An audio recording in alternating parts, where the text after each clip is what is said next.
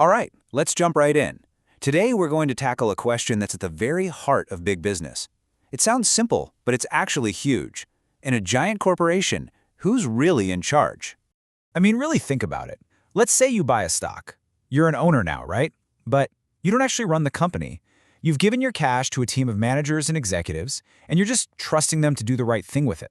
And that gap, that space between owning something and actually controlling it, that is the central puzzle of every modern corporation. And you know what? This problem is not new, not by a long shot. To really get it, we have to rewind the clock way back to the 1720s in London. The talk of the town was this company, the South Sea Company. It was the hot stock promising insane wealth from trade with South America, and everybody wanted in. I mean, everyone, from the highest lord to the average Joe, was throwing their money at it. The problem?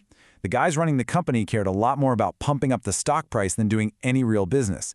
And when that bubble did what bubbles do, it burst. Fortunes gone. The whole economy thrown into crisis. It was this absolutely brutal early lesson in what can go wrong when the folks managing the money have different goals than the folks who actually own the money. So the aftermath of that crash was just huge. The government freaked out and passed something called the Bubble Act. And get this, it basically stopped new public companies from even forming for more than 100 years. It took until 1855, with the Limited Liability Act, for the kind of companies we know today to even start existing again. But that original problem, that thing we saw with the South Sea Company, yeah, that never really went away. In fact, there's an official name for this whole conflict. Academics call it the agency problem.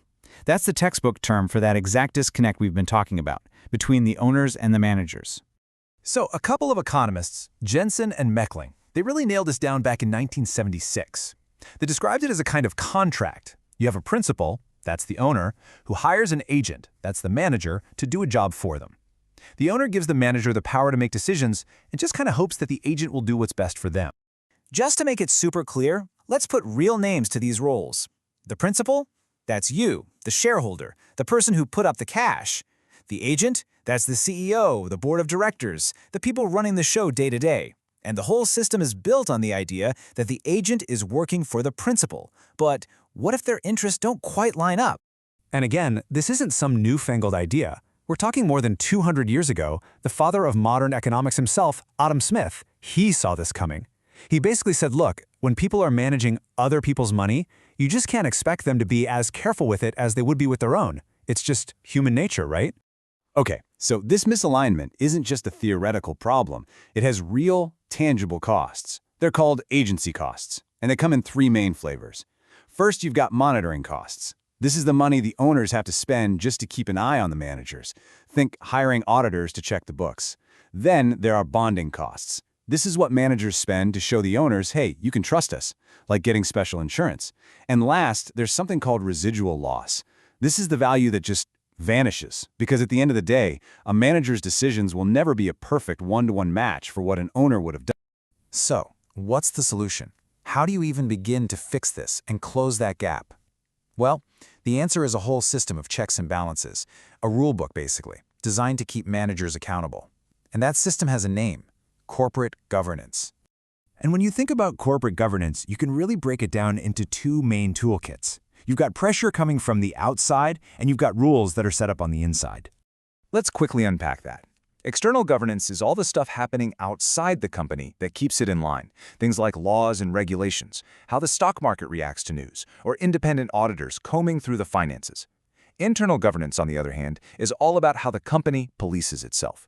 We're talking about the board of directors, executive pay incentives, and the company's own internal bylaws. Now, out of all those mechanisms, both internal and external, there's one that's usually seen as the most important piece of the entire puzzle. And that is, of course, the board of directors.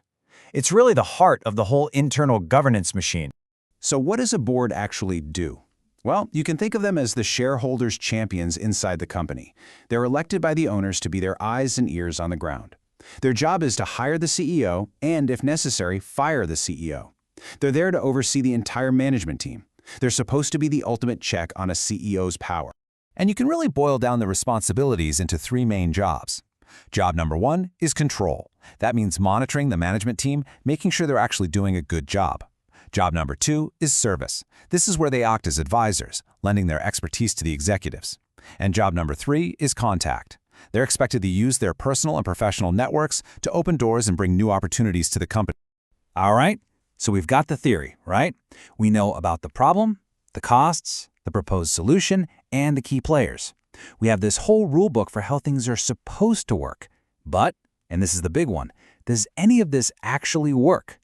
Does having good governance actually make a company perform better? Okay, so take a look at this data from a bunch of UK companies over about a decade. You can see a really clear trend here. Boards started getting smaller, and the number of independent directors, the ones who aren't part of the daily management team, that number went up. And this is exactly what all the corporate governance experts recommend. They say you want leaner, more independent boards to keep a better eye on things. So on the surface, everything looks great. Companies are following the playbook. So, yeah, companies did what they were told. They adopted all of these so-called best practices. But when researchers actually crunched the numbers to see if it made a difference to the bottom line, well, the results were not what anyone expected. And this quote right here, this is really the punchline to the whole story. After all these years of reform and rulemaking, the evidence is, and I'm quoting here, largely inconclusive. What does that mean? It means there's no solid proof that doing all the things you're supposed to do, like shrinking the board, or adding independent directors, or splitting the CEO and chairman jobs, actually makes the company more money. The link just isn't there in the data.